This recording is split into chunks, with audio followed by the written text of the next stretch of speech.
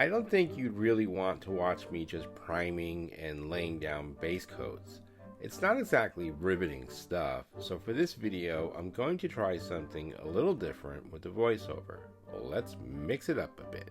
I can't quite remember what first got me into building kits, but I definitely remember when I did. I learned mostly from books, especially the ones by Shep Paine. I must have read those over and over, picking up every little tip I could.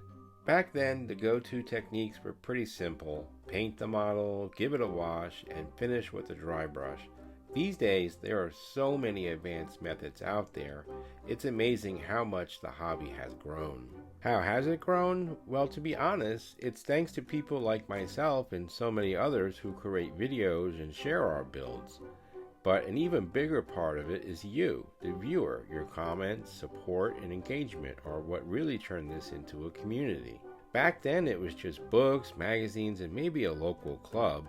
Now it's global, instant, and interactive, and that's something really special.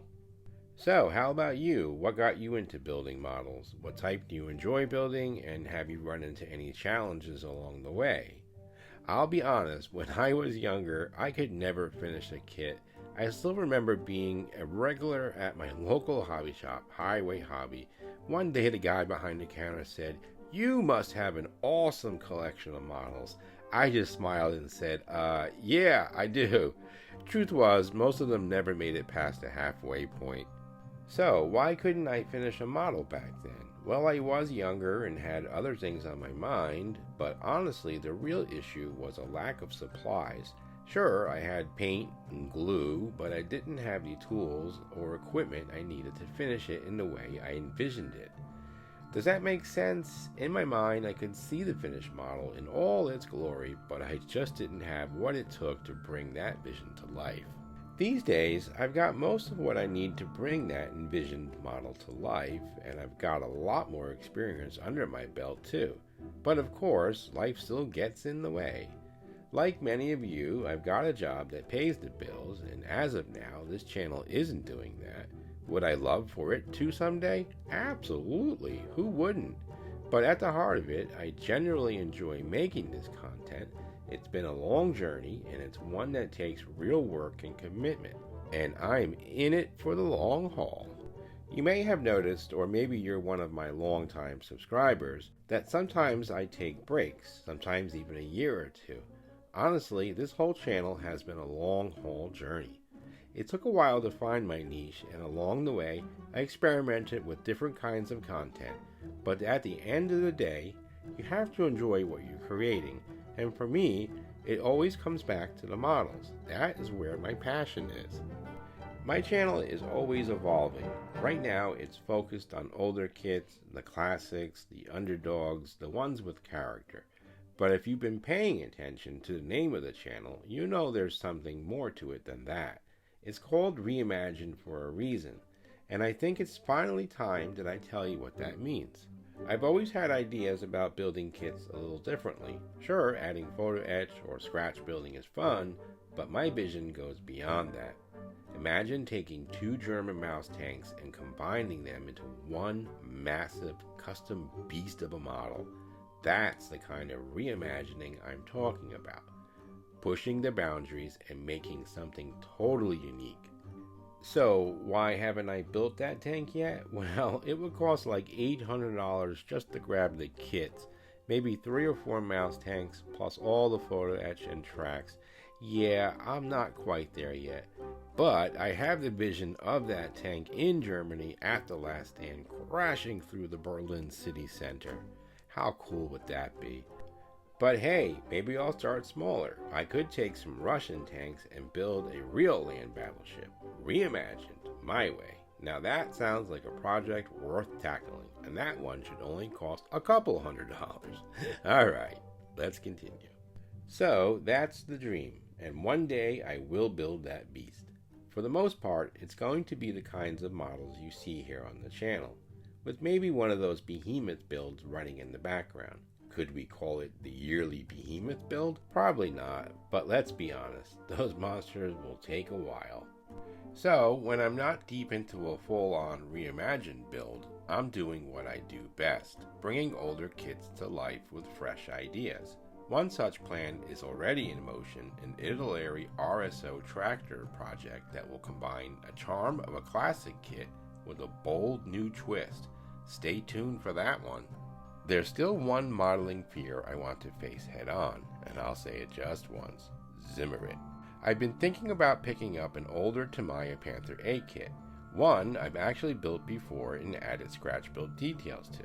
It's an affordable kit, and honestly, one I wouldn't feel too bad about ruining if things go sideways. Alright, let me tell you about my early battles with it. Of course, I tried the classic epoxy putty, pretty sure it was milliput, and it was way too thick to work with. But hey, there I was, younger me, lying on the carpet of my bedroom, giving it a go. What did I know? And then, yeah, I even tried using a soldering iron with a chisel tip on my Tamiya Tiger. Let's just say that Tiger didn't make it. Total battlefield loss. Now that the hobby has grown, there are actually tools made just for this, and I've got them in my arsenal. In fact, I even made a video showing what I use. Check out the link above if you haven't seen it yet. So, with these tools in hand, and maybe a little less carpet crawling, I'm determined to finally conquer my fear of Zimmerit. Yes, I said it again. This time, it's personal. Is it fear? Not really. It's more like a lack of experience because, well, I just haven't done it yet. But as Master Yoda once said, do or do not, there is no try. Should I try it? Do or do not, there is no try. Okay, I'm not quitting my day job anytime soon.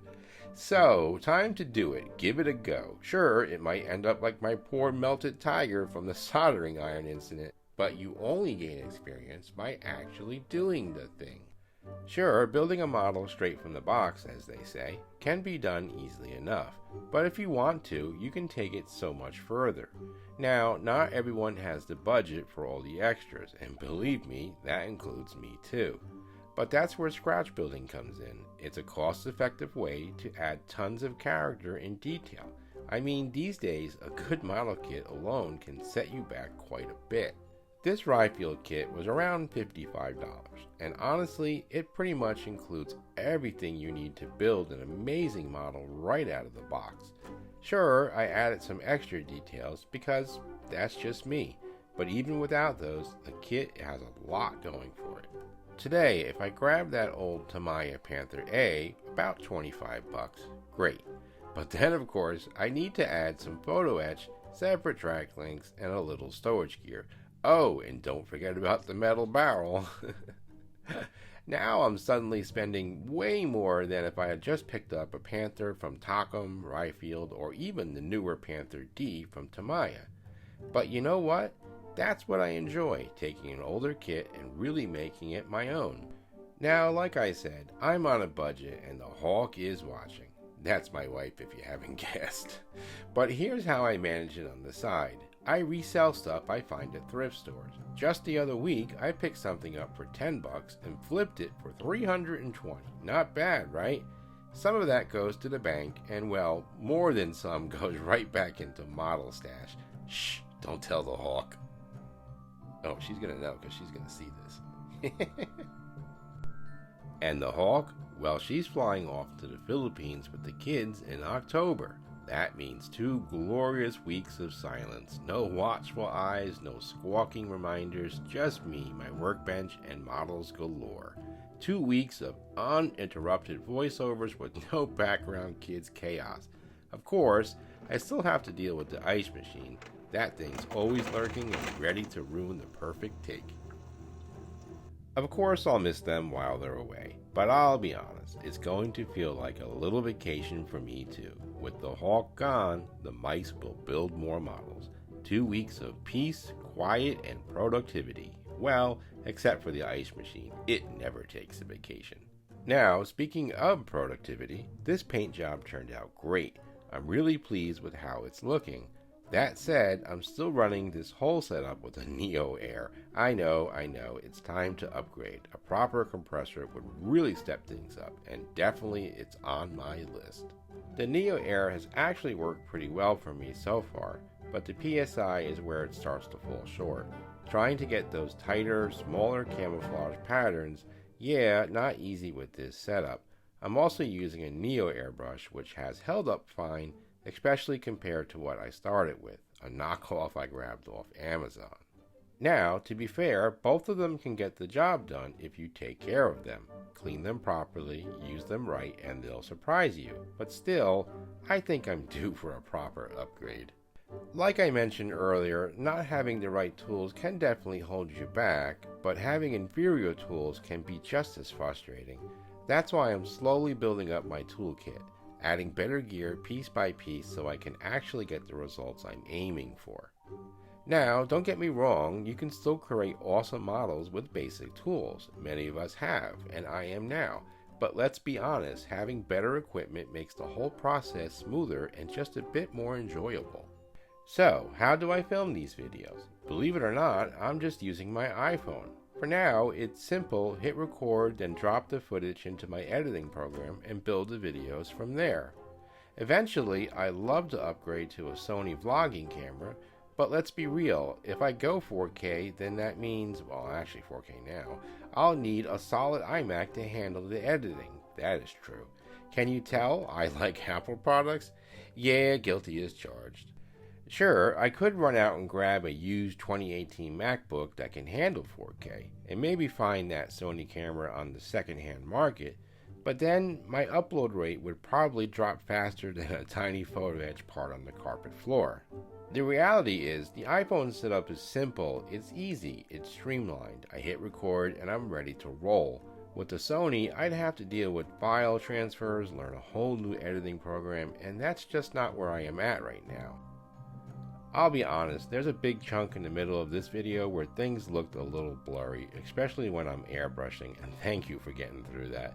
It was driving me absolutely insane in editing. I tried to cut as much as I could without losing the content, and trust me, I cut a lot, but I couldn't cut it all. Shooting that footage, I actually forgot to set the focus. Anyway, that's where having a vlogging camera would really help out. Oh well, maybe one day.